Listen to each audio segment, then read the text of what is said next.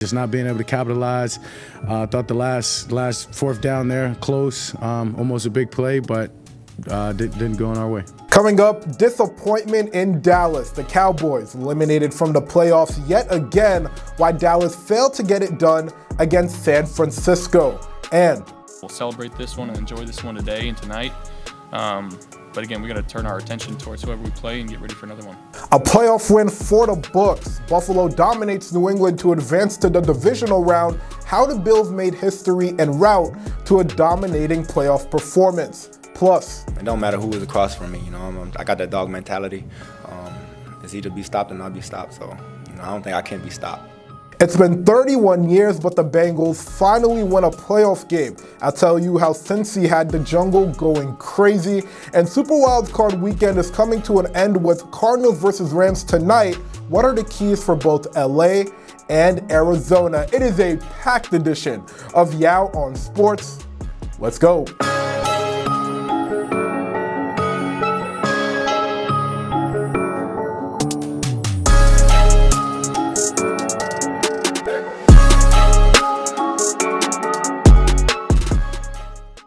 Hello and welcome to Yao on Sports. I'm your host, Yao Bonsu. Super Wildcard Weekend is coming to an end tonight with the Cardinals versus the Rams, but it was a huge weekend for football. Down in Dallas, the Cowboys and 49ers renew their storied rivalry in the wild card round. The first time they are meeting in the playoffs since 1994. And nearly 3 decades later, it was San Fran coming out on top. 49ers defeated the Cowboys 23-17 in an absolute thriller, but the ending of this game was clearly one of the craziest this season.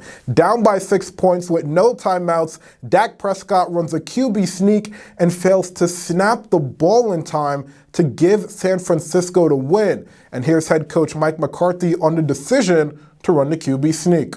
The defense that they were playing, they were in a sideline defense, so they were protecting the sidelines, and so that was the best option to be able to get the ball. I mean, it's like anything else. Do you want to be running a Hail Mary play from the 50-yard line, or you want to be running 5 verticals from the 25-yard line? So that's the decision.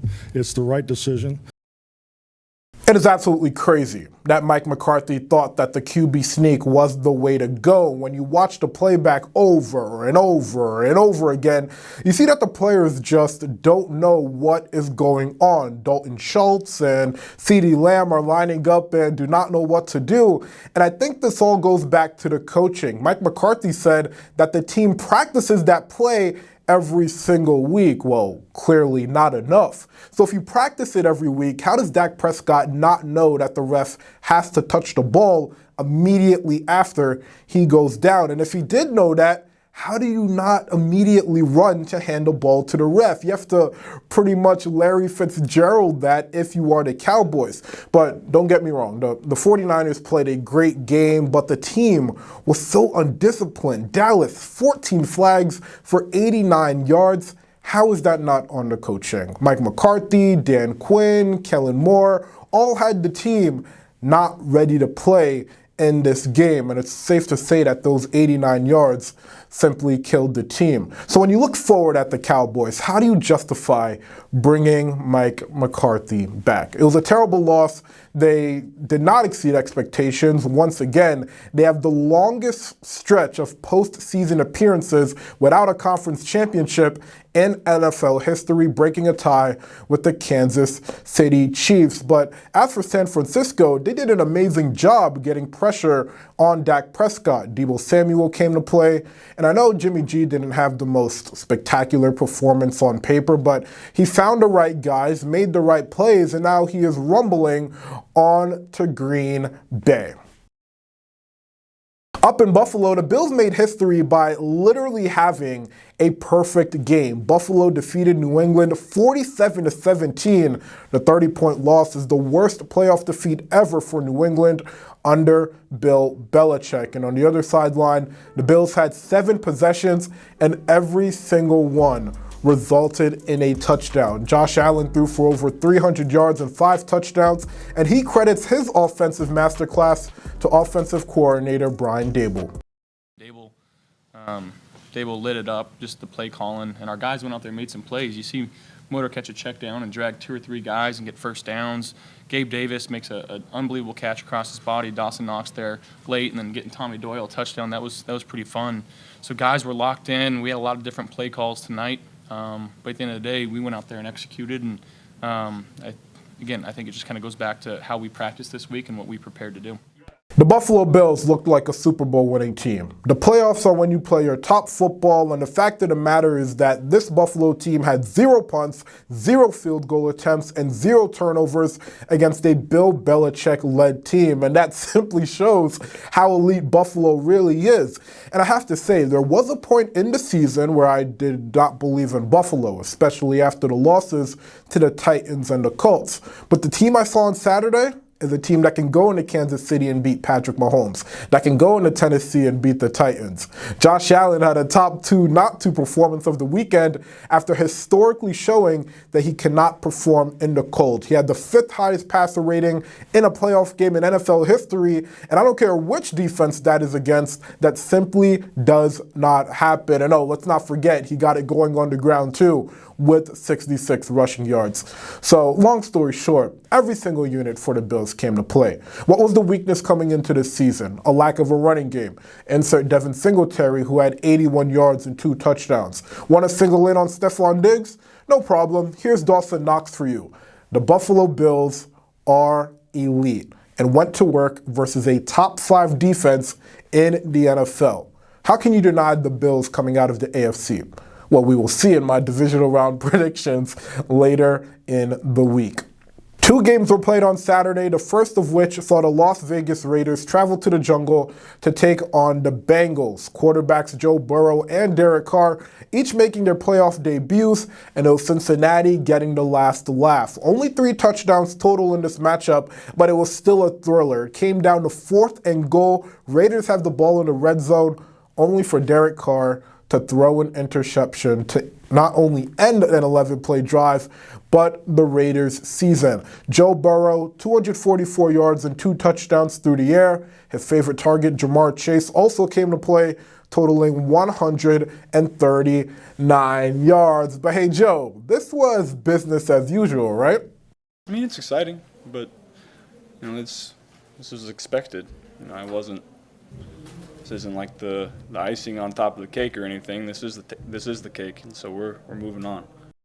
He just can't get enough of this Bengals team, but this was without a doubt more of a Raiders loss than a Bengals victory. Vegas had 7 penalties for 46 yards. Not as bad as Dallas yesterday, but still penalties that cost the team the game. And while Cincinnati lost more yards on flags, it did seem like Vegas's was more impactful as the game went on. And by the way, on the offensive end, Josh Jacobs had only 13 carries. Vegas controlled the game best when Josh Jacobs was getting touches. He averaged 6 yards per carry, but honestly, with all the flags that were being thrown, Vegas simply dug itself a hole. I did not even get the blown call on Tyler Boyd's touchdown, which, despite being as early as it was, proved to make a huge difference in the game. But according to reports, that refereeing staff won't be calling any more games during the NFL playoffs. So I guess teams are safe there when it comes to that awful, awful call. Nevertheless, Cincinnati's moving on to Tennessee. I'll preview the AFC divisional matchups later in the week. In other wild card action from the weekend, both Kansas City and Tampa Bay won in comfortable fashion. Patrick Mahomes over 400 yards and 5 touchdowns. Even Travis Kelce got in on the party with a touchdown pass of his own. For the Bucs, they secured a 31-15 win over the Eagles. Tampa Bay led by as many as 31 points over Philly, and despite being down nearly half of the team's offensive production, Tom Brady still had a few weapons to rely on, including Mike Evans, who secured 9 catches for 117 yards and a score. After the game, Brady gave Evans all of his flowers. Just a great effort by him. Always can count on him. Dependable, tough. Made some huge catches for us. So he's just he's an amazing player, and he's just doing great stuff for us. Always comes through. Was a great red area target. Great on 3rd down. Used him a lot of different ways today. So glad he had such a productive day. He's an amazing player. The Bucks moving on to play the winner of Arizona versus LA tonight, which is where we turn our attention next. The bright lights are on Matthew Stafford and whether or not he can get it done on a contending team, but he says every day is a chance to prove himself. You know, whether it's a preseason game, a regular season game, practice, a playoff game, I want to go out there and play well. You know, this is just another opportunity to do that. This is a team game. There's no question. But at the same time, do I know that when the quarterback plays good, you got a better chance to win the game? Absolutely. So I'm always trying to go out there, you know, play as good a football as I possibly can, help our team win. Let's take a look at the tail of the tape. Both the Rams and the Cardinals rank in the top 10 in total offense. However, Arizona does have the advantage on the ground, but LA looks to improve with the return of Cam Akers.